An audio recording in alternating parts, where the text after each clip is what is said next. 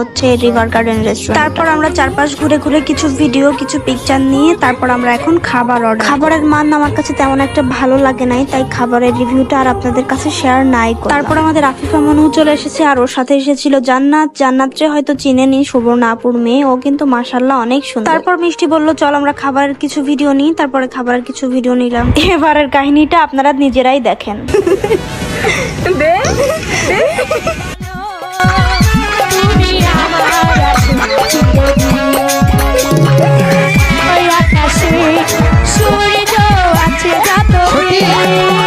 যাই হোক, অবশেষে হাড় যুদ্ধে আমাদের মিষ্টি আপা জয়ী হয়েছে।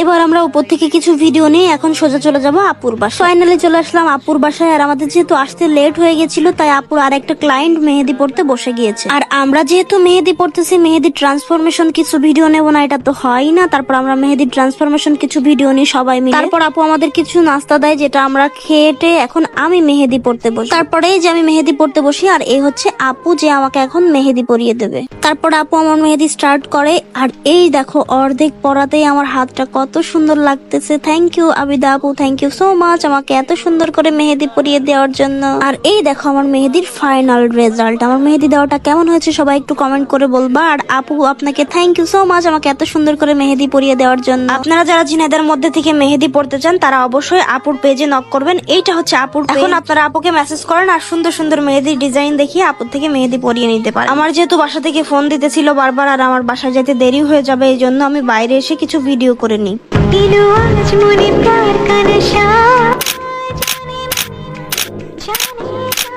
তারপর মেহেদি সব শুট করে আমি এখন বাসায় চলে যাব। তো আজকের ভিডিওটা এই পর্যন্তই, দেখা হবে নতুন কোনো ব্লগে। ততক্ষণ সবাই ভালো থাকবেন, সুস্থ থাকবেন। আল্লাহ হাফেজ, থ্যাংকস ফর ওয়াচিং।